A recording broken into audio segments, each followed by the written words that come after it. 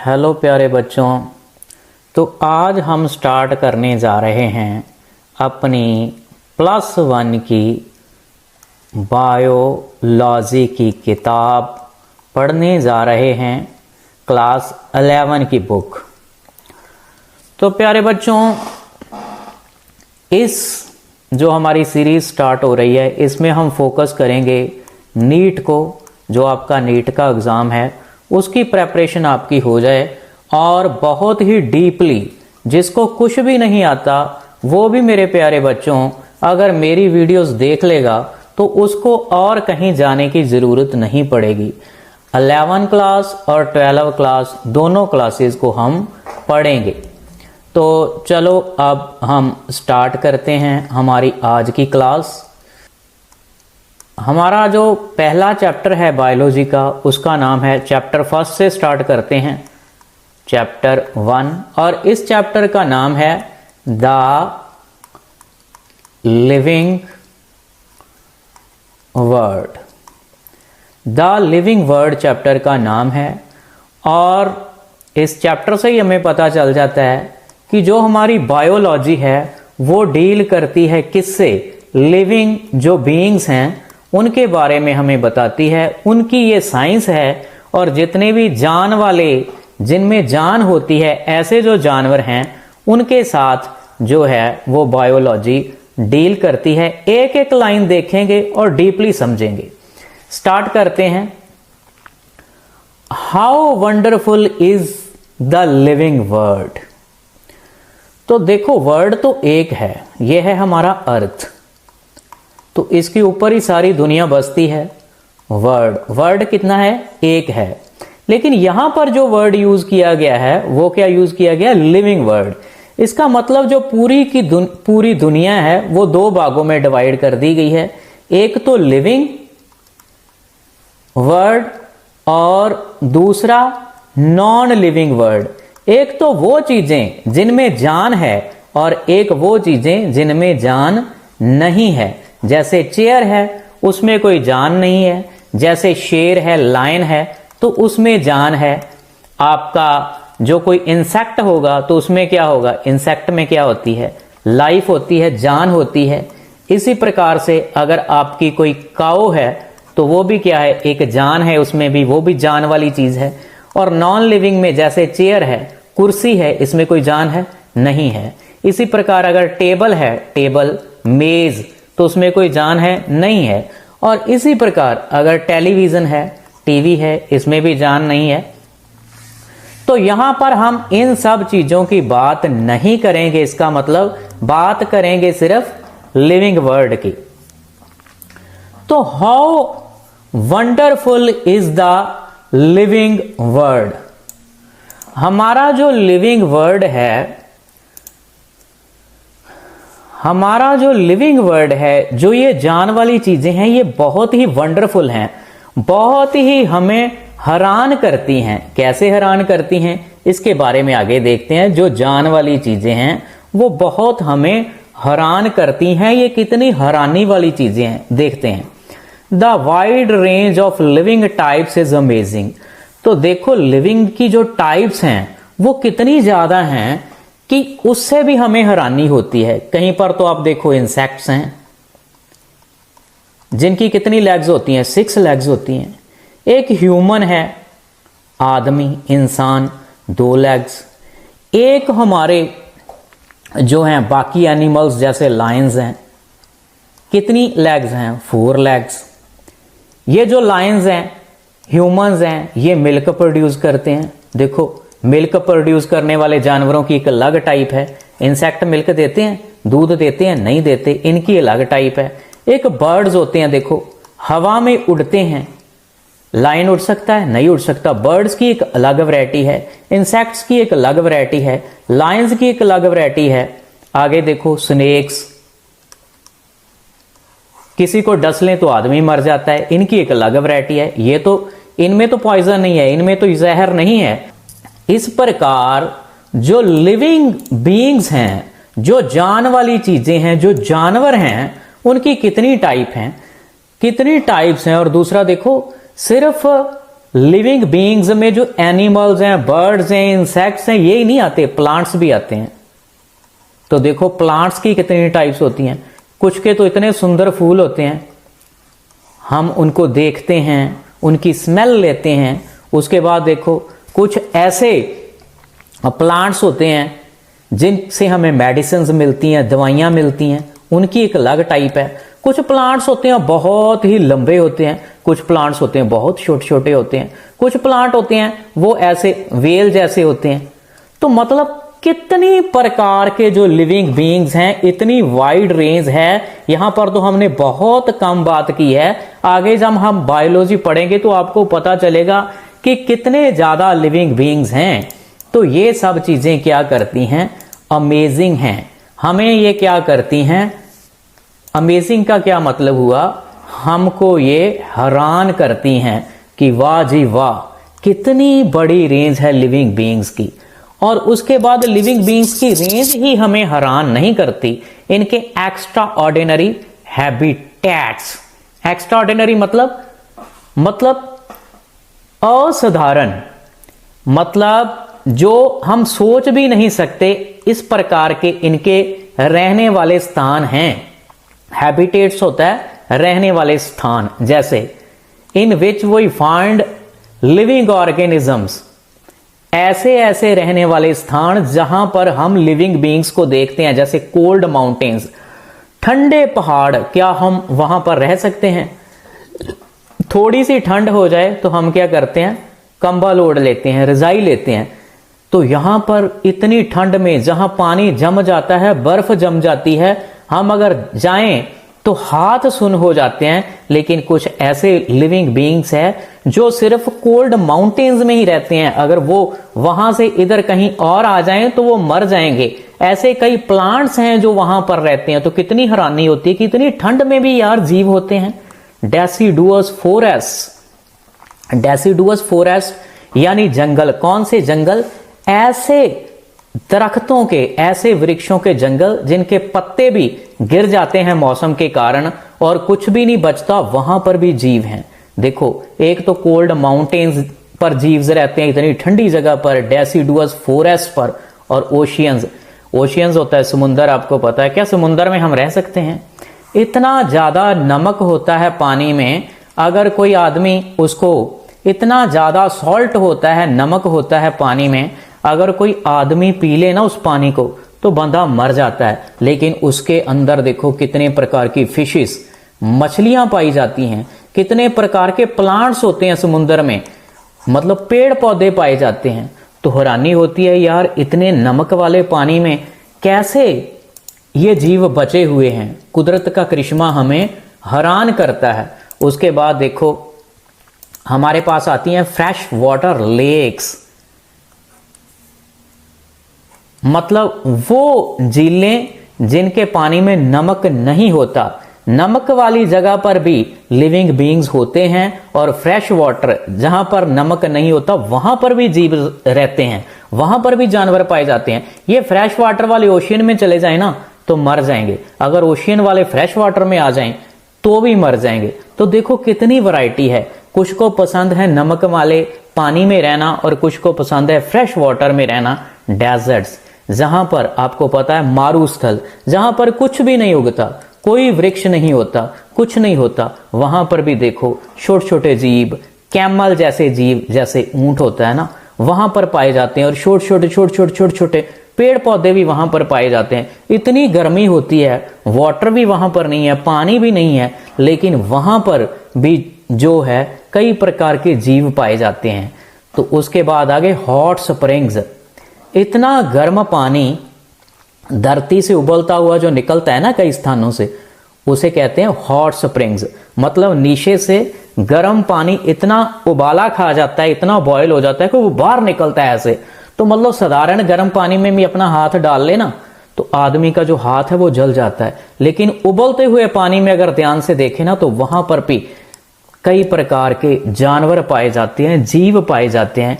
तो leave us speechless, इन जगह पर जब हम सब जगह पर हम ये जानवर देखते हैं ना तो हम स्पीचलेस हो जाते हैं। मतलब हमें बहुत हैरानी होती है, हम कुदरत के करिश्मे को देखकर कुछ बोल भी नहीं पाते। तो यहां पर यही बताने की कोशिश की जा रही है कि जीवों की जो वैरायटी है ना वो बहुत ही ज्यादा है। तो उसके बाद जो अगली लाइन है उसको हम देखते हैं, the beauty of galloping horse. एक दौड़ता हुआ घोड़ा कितना सुंदर लगता है। देखो ये जो दौड़ता हुआ घोड़ा होता है ना, ये जैसे घोड़ा है मान लो 4 लातों वाला, ऐसे दौड़ता है कि ये एक समय ऐसे आता है कि अपनी चारों की चारों लातें ही ऊपर उठा लेता है। बताओ कभी इंसान ऐसे दौड़ सकता है या बाकी जानवर कोई ऐसे दौड़ सकते हैं? नहीं दौड़ सकते।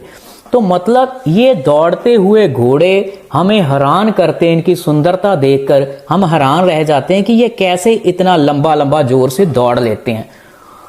The beauty of migrating birds, migrating birds की सुंदरता को देखो। देखो जैसे ये रशिया है ना, रशिया, तो ये इंडिया है, तो मतलब दुनिया के एक कोने से बर्ड उड़कर, पंक्षी उड़कर दूसरे जगह पर चले जाते हैं। हजारों किलोमीटर ये सफर तय करते हैं। इतना सफर तय करते हैं कि कई कई दिन ये उड़ते ही रहते हैं। और इनको कैसे पता चल जाता है कि यहां इंडिया है, और फिर जब मौसम चेंज होता है तो फिर वापस रशिया चल जाते हैं। तो जब मौसम चेंज होता है तो फिर वापस उसी स्थान पर चले जाते हैं और लगातार कई कई दिन उड़ते रहते हैं। हमें हैरान करते हैं कि यार इनको कैसे पता कि इधर भी कोई धरती है, वहां का वातावरण और है, चलो अब यहां पर ज्यादा ठंड हो गई है तो हम वहां पर चलें। तो फिर वापस जैसे ही मौसम बदलता है कैसे वहां पर बिना कुछ खाए हुए पहुंच जाते हैं। तो ये जो सब चीजें हैं ना हमें क्या करती हैं, हैरान कर देती हैं। उसके बाद और देखते हैं, the beauty of migrating birds, the valley of flowers. तो देखो ये जो घाटियां होती हैं ऐसे पहाड़ों में, घाटियां जहां पर सनलाइट बहुत ही कम जाती है, और वहां पर कई बार इतने सुंदर सुंदर फूल होते हैं कि हम देखकर हैरान होते हैं कि कैसे यहां पर इतने फूल आ गए। और द अटैकिंग शार्क, शार्क आपको पता है एक मछली होती है, अटैक करती है। तो उसकी सुंदरता को भी जब हम देखते हैं, इन सब चीजों की सुंदरता को, कुदरत को देखते हैं, तो हमारे अंदर एक अवोक्स आ and a deep sense of wonder, तो हमारे अंदर जो है हैरानी पैदा करती है कि यार लाइफ के अंदर इतनी वैरायटी ये कैसे आई है। तो ये चीजें जब हम देखते हैं तो हमें बहुत ही हैरानी होती है। आगे देखते हैं, the ecological conflict and cooperation among members of A population. तो पॉपुलेशन क्या होती है, देखो जैसे ये इंडिया है ना, ऐसे यहां पर इंसानों की पॉपुलेशन है, ह्यूमंस की पॉपुलेशन है। तो उनके अंदर क्या होता है, इकोलॉजिकल कन्फ्लिक्ट होता है। कन्फ्लिक्ट का मतलब होता है कि लड़ाई होती है, मतलब एक दूसरे से वो चीजें छीनते हैं। जैसे ये पाकिस्तान है, तो यहां पर जो मुस्लिम लोग हैं वो इंडियन लोग के साथ लड़ाई करते हैं, और जो इंडियन लोग हैं वो मुस्लिम के साथ लड़ाई करते हैं। मतलब दोनों आपस में झगड़ा करते हैं। ऐसे ही जो यहां पर एक आदमी है, दूसरा है, तो यहां पर एक नेबर दूसरे से झगड़ा कर रहा है। स्कूल में बैठे हुए स्टूडेंट्स एक दूसरे के साथ झगड़ा कर रहे हैं। तो मतलब ये तो इंसानों की बात हुई। ऐसे ही अगर एक जगह 2 लायन होंगे, उनकी कोई पॉपुलेशन होगी, तो लायंस आपस में झगड़ा करेंगे। मतलब जितने भी जीव हैं ना, वो उनकी जो पॉपुलेशन होती है वो एक दूसरे के साथ झगड़ा करते हैं। और सिर्फ झगड़ा ही नहीं करते, वो कोऑपरेशन भी करते हैं। कभी झगड़ा करते हैं और कभी एक दूसरे की सहायता करते हैं। जैसे इंसान इंसान की सहायता करता है। कुछ जानवर होते हैं, आपको देखा होगा आपने कि वो इकट्ठे ही चलते हैं। जैसे मधुमक्खियां देखी होंगी आपने, तो उनका इतना कोऑपरेशन है कि वो एक साथ इकट्ठे चलते हैं, एक दूसरे की सहायता करते हैं। तो इस प्रकार सभी पॉपुलेशंस में कन्फ्लिक्ट देखने को मिलता है, कभी लड़ाई देखने को मिलती है, कभी कोऑपरेशन देखने को मिलता है। And among populations of community, तो सिर्फ पॉपुलेशन तो इंसान की होगी, और यहां पर अगर दूसरे जीव होंगे, मान लो डॉग्स हैं, डॉग्स की भी पॉपुलेशन है इंडिया में, तो डॉग्स के साथ ह्यूमन की लड़ाई हो सकती, दूसरी पॉपुलेशन के साथ भी लड़ाई भी होती है और कोऑपरेशन। देखो इंसान एक कुत्ते को अपने घर पर रखता है और कुत्ता उसके घर की रखवाली करता है, और इंसान उसे क्या देता है, खाना देता है। तो ये जो प्यार है, मतलब एक पॉपुलेशन में भी और जो डिफरेंट पॉपुलेशंस हैं उनके अंदर भी जो है वो इस प्रकार की हमें लड़ाई और सहायता देखने को मिलती है। और इसके बाद देखो, ये तो लड़ाई और झगड़े की बात होगी पॉपुलेशंस के अंदर, और इसके अंदर देखो molecular traffic inside a cell. हमारा शरीर, जैसे ये इंसान है ना, तो सभी लिविंग बीइंग्स किसके बने हुए हैं? जैसे मकान किसका बना होता है? ईंटों का बना होता है। और जो हमारी बॉडी है वो सेल्स की बनी हुई है, छोटे छोटे सेल्स की, छोटे छोटे सेल्स की बनी हुई है। देखो ये हमारा हाथ है, तो ये भी किसका बना हुआ है? छोटे छोटे सेल्स का, जिसको हम देख भी नहीं सकते, ऐसे छोटे छोटे सेल्स का। फिंगर के अंदर भी पता नहीं कितने छोटे छोटे सेल्स हैं, पर आप हैरान हो जाओगे कि ये जो छोटा सा सेल है ना, इसके अंदर पता नहीं कितने ही मॉलिक्यूल हैं। जैसे सड़क पर ट्रैफिक होता है, इनके अंदर मॉलिक्यूल्स का इस सेल के अंदर ट्रैफिक है। Molecular traffic inside a cell. Cell के अंदर प्यारे बच्चों जो मॉलिक्यूल का ट्रैफिक है ना, उसको जब हम देखेंगे, पढ़ेंगे आगे बायोलॉजी में, तो deeply reflect on what indeed is life. इन सब चीजों को देखकर हम इस सोच में पड़ जाते हैं कि आखिर ये जिंदगी है क्या, जीवन है क्या। तो इस क्वेश्चन से ना दो चीजें निकल कर आती हैं। मतलब जिंदगी क्या है, इस चीज को जब हम समझते हैं तो this question has two implicit questions within. दो क्वेश्चंस हमारे दिमाग में आते हैं। The first is technical one, पहला तो तकनीकी रूप से हमारे दिमाग में आता है, and seeks answer to what living is as opposed to the non living. तो पहला क्वेश्चन ये दिमाग में आता है कि वो कौन सी चीज है जो एक नॉन लिविंग से लिविंग को अलग करती है, एक जानवर को बेजान चीज से अलग करती है। जैसे ये देखो, ये एक ह्यूमन है, एक इंसान है, इसमें क्या है? जान है, इसके अंदर तो जान है, आपको पता है। लेकिन अगर यहां पर मैं एक बुक रख दूं, किताब रख दूं, तो इसमें कोई जान नहीं है, इस ह्यूमन में जान है। तो आपने ये तो देख लिया कि इसमें जान है और इसमें जान नहीं है, लेकिन क्या कौन सी चीज है जो इसमें, जिसको देखकर हम कह सकते हैं कि इसमें जान नहीं है और इसमें जान है? देखो है तो ये भी एक चीज और ये भी एक चीज है। तो ऐसे ही कौन सी, दोनों में ऐसा कौन सा फर्क है जो इसको लाइफ देता है और इसको नॉन लिविंग बनाता है? तो पहला क्वेश्चन तो हमारे दिमाग में यही आता है। अब हम दूसरे क्वेश्चन की ओर चलते हैं, और दूसरा हमारा क्वेश्चन जो है वो क्या है? The second is philosophical one. तो जो पहला था वो तो टेक्निकल वन था, और दूसरा क्वेश्चन जो है वो फिलॉसफिकल वन है। एक प्रश्न टेक्निकल वन है और एक प्रश्न फिलॉसफिकल वन है। फिलॉसफिकल वन का मतलब आप ऐसे समझ सकते हैं कि धार्मिक तौर पर हमारे दिमाग में आता है, and seeks the answer to what the purpose of life is. Life का पर्पज क्या है? जैसे धार्मिक लोग होते हैं ना, वो सोचते हैं कि जीवन किस लिए बना है। जैसे हमारे धार्मिक ग्रंथों में यही बताया जाता है कि जीवन बना है परमात्मा का नाम लेने के लिए। तो ऐसी चीजें हमारे दिमाग में आती हैं कि लाइफ को आखिर भगवान ने बनाया किस लिए है, इसका क्या पर्पज है। तो देखो, हमें तो डॉक्टर बनना है, तो हम धर्म की ओर तो नहीं जाएंगे, इसलिए वो कह रहा है कि फिलॉसफिकल वन जो क्वेश्चन है ना, इसको हम नहीं देखेंगे। हम किसको देखेंगे? हमें तो डॉक्टर बनना है, और डॉक्टर को किस चीज की लोड़ है? साइंटिस्ट की। देखो, आप बायोलॉजी पढ़ोगे, बायोलॉजी, आप पढ़ोगे फिजिक्स, आप पढ़ोगे केमिस्ट्री, तो ये जो सब चीजें हैं ना, ये किससे डील करती हैं? साइंस से करती हैं। ये धर्म से तो डील करती नहीं, ये विज्ञान से डील करती हैं। तो इसलिए वो कह रहा है कि as scientist we shall not attempt answering the second question. तो ये जो धर्म वाली बात है ना, फिलॉसफिकल वन, ये जो सेकंड क्वेश्चन है, इसको हम अटेम्प्ट करने की, इसका आंसर लेने की हम कोशिश नहीं करेंगे। क्यों? क्योंकि हमारा वास्ता, जो वैज्ञानिक होते हैं, जो साइंटिस्ट होते हैं, उनका वास्ता कोई धर्म से होता नहीं है। We will try to reflect on what is living. तो हम जो पहला क्वेश्चन है टेक्निकल वन, कि लिविंग क्या चीज है जो नॉन लिविंग को और लिविंग को अलग करती है, व्हाट इज लिविंग।